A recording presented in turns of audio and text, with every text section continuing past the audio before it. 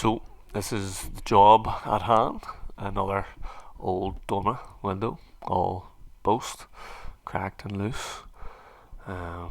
Takes a wee bit of persuading still, and this is it, all finished, clean and tidy.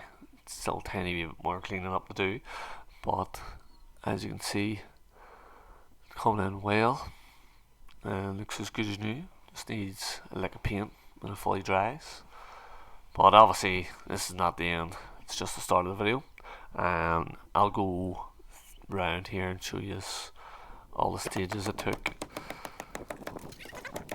So, as I did show there, needs all stripped off first, guys. Anything loose obviously needs to come off. There is just cracks all over this. Again, similar to another one I fixed before, I'm just baffled of why this front faced wall is timber when the bottom half of the wall is block. There's no real need for it to be timber. They could have continued the block wall right up to the peak where I'm at here and did the 2B side gables of it in timber work, as you wouldn't be able to float the blocks anyway. So just getting all the rest stripped off here, and I want a nice clean background to be able to put this breathable felt on, this breathable building paper on. Again, I'm going to try and put as little holes in it as possible, but at the same time still need to actually fix it to the timber. But that's the next stage, where we'll strip all off, put our paper on, a couple of wee pins to hold it, and then we'll put the mesh over. And once we have the mesh on, we're ready for the scratch coat. And this one, guys, is 3-to-1. 3-to-1 plaster and sand with 1 cement in, SBR, mortar mix, and waterproofer. So just a wee tiny bit of all. Always get asked this question: how much do you put in? Literally, for each mix, it's a capful of each.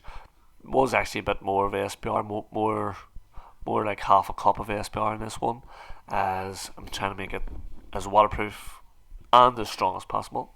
And also, yes, there's still waterproofer in it, still going for a capful of that. So when I'm applying the render on the scratch coat here, I'm just making sure that I really push it up and down, left and right. And the reason for that is I'm literally just trying to make sure I get it underneath the mesh and above the mesh, so that the mesh is completely embedded. So the mesh is tight, it's screwed on tight with the washers, as you see, but not always fully tight on all areas, because I'm trying to get the satin cement also behind it. And believe it or not, guys, this satin cement sticks to the building paper like to a blanket, basically. It sticks very well to the building paper also. A couple of wee tricks and tips that I've done here, I'll show you that shortly on the way I went about certain other wee things. But I'm using actually a slightly damaged trowel, as I don't want to hit any of them screws and damage a good skimming or rendering trowel that I have. I think that's pretty clever to do. If you want to use a good skimming trowel, by all means work away, but you will most likely hit one of those screws and you're going to have a massive nick in the trowel. That will not be nice when it comes to anything finishing. So here's one of the wee tricks. It's in the view so far. It's underneath the head bead, and what that does is that's overlap the paper over the window. And you might ask yourself why. So I'm going to scratch to that, and that'll be like a nice waterproof seal as is. But also what it does is it's keeping the top of that window clean, so my satin cement, especially this mix, it's got SBR in it. That SBR would stick to glass, would stick to PVC. Again, you can wash it off, no problem. But the problem is, if you miss bits and pieces, you're going to have a real nightmare. Even in a day or two, it's going to be really, really hard to wash off. So, trying to cover up a wee bit there, and the same at the bottom of the sills. Here's my other trick, guys. I showed this on a previous Dorma window I've done, but just leaving the paper out on these places, especially the roof. It saves me having to clean up the roof so much as it, you know, it's covered up. And once I strip that off, it's just going to be basically like brand new and save you a big load of cleaning up, of course. And I'm definitely all about saving you guys time, money, effort if I can and where I can. So I've left it a day or two, and you can see the scratch coat is completely white. Not that we've had great weather, but it probably is somewhat sheltered with the wee bits of fascia board. But the plan is to do the reveals, which I've already done, and then put this brown coat on here, which I've just done. And you can see how well that paper's protecting the tiles and saving me a lot of time cleaning up. So now that I have them two first coated with my brown coat here, or second scratch coated, whatever way you really want to say it, brown coat, scratch coat, second coat. So they're ready to go. So really, I'm just sort of biding my time. I don't want to hit it when it's too wet, but I don't want to hit it when it's too dry either. I like in between where it's still damp to the touch, but it doesn't really move too much underneath the fingers. So once I'm happy to have everything scratched and it's picked up, I'll mix up my wet dash, and what I'll do is I'll get these two triangles dashed up first. I have my rules set obviously, so get them dashed up. I'll probably do a bit of a clean up and then take tea. That would be the ideal way to go. And then what that does is gives it time to set up. And believe me, guys, this scratch coat is very, very thirsty. It is really, really sucking in the top coat that I've put on, and that's even after I give it a good splash of water. So that's been well noted for the front, and I will definitely make sure and wet the front even more so, as if your render dries out too quick, it'll tend to, it could crack, it could shrink, it won't bond as easy or as good, it's just not as nice to work over. Again, you all know what wet dash is. It's an absolute mess of a job, and it's very, very wet. So I don't have any main concerns here that anything's going to go wrong with these two side bits, as again, like I said, they were wet. Just maybe could have wet them that wee bit more, but again, they're not a big area, so I'm not going to be under pressure. If it was dry dash, it might have needed coated again, believe it or not, because it did take in that bit quicker than expected. But again, that's also a good thing to get these corners set hard so that I can strip them off and do the front. Just check and make sure there's no baldies. It's not looking too bad. Again, still need to clean up this soffit. I know there's guys out there that tapes up the whole thing and then they just pull the tape off and the job's clean and all, but to me, you still need to wash it. Like even when I lift this building paper, cut that off, there's still going to be wee bits and pieces that need washed. And as you can see, I'm starting to wash that side. Still need to clean that windowsill. It's absolutely pigging. You think a bricklayer had been working around it. But yeah, this side, I'll give it a bit of a wash. Still tiny wee bits just to tidy up. Beauty about the way it is, it actually does clean a wee bit easier than the black. The black tends to dry out all dusty again and horrible. So as I said to these guys, I noticed that it was drying more than expected. So I've really gone to town on wetting this big part here.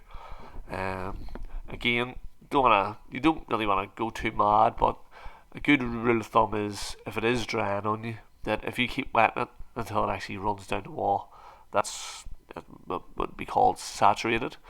Once it won't suck in anymore, that means the wall is actually saturated, so it won't hold any more water, which is a sign that you've definitely killed any suction. And again, back to the start again on the last wall to be done with the brown coat or the dash receiving coat, whatever you want to call it, guys. We used to just call it scratch coating, as again you more or less are just scratch coating. I myself, I put it on neat, tidy as possible, and then run the brush over, and brush just allows that if it does dry that wee bit, that it still bonds and keys in to its background coat plaster. And here we are. This is what it's called. This is the money shot, guys. Here, this is actually what you're paid for. The final product. Believe it or not, it's probably, maybe one of the easiest things to do, but not when it comes to the cleanup, of course. But finishing tends to be, straightforward enough, and that's only because you've done all your prep work and everything's all set up, and the only thing left to do is cleaning. But as you well see, there's going to be less cleaning with the building paper up and stuff, but still going to be quite a lot of cleaning to do.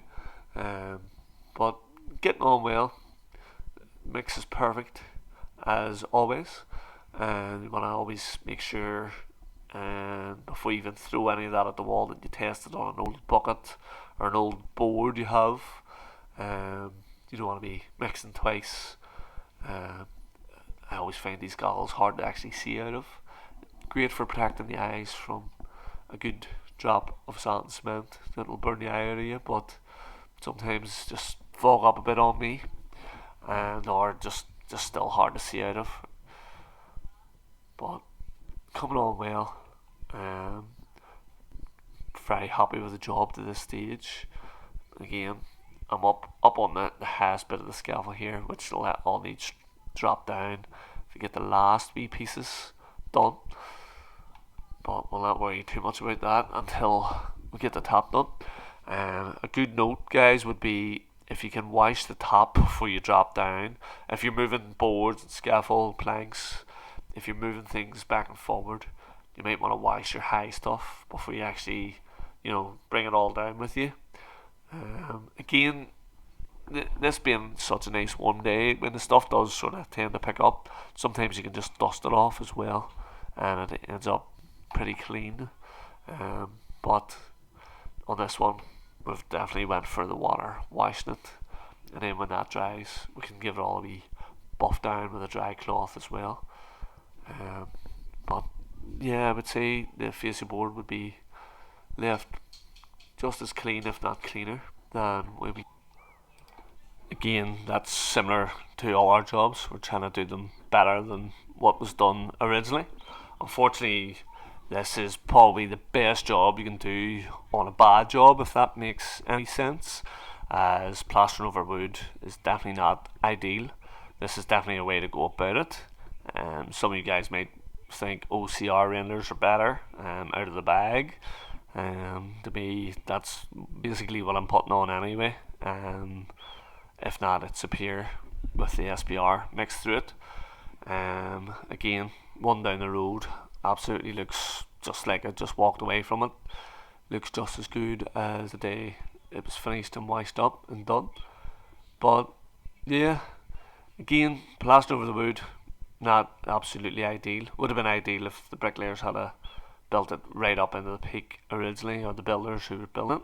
I'm not really sure what the idea was of not doing it, as there is brick ones in the street that are done with brick that are right up to the peak and actually have brick on the sides. I'm not sure how they actually managed that.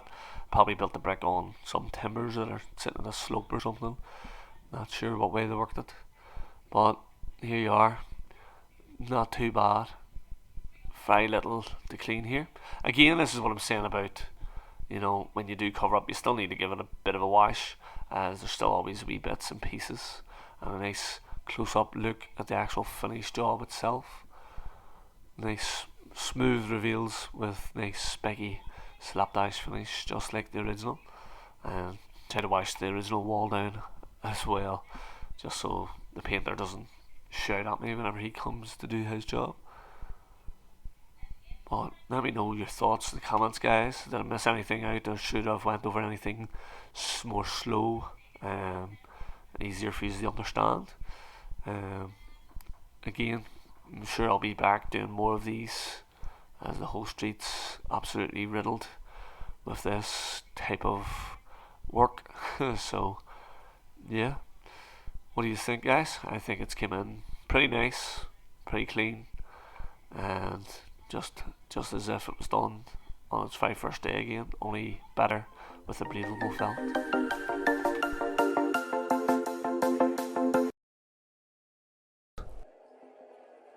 we doing live? Echoes in eternity.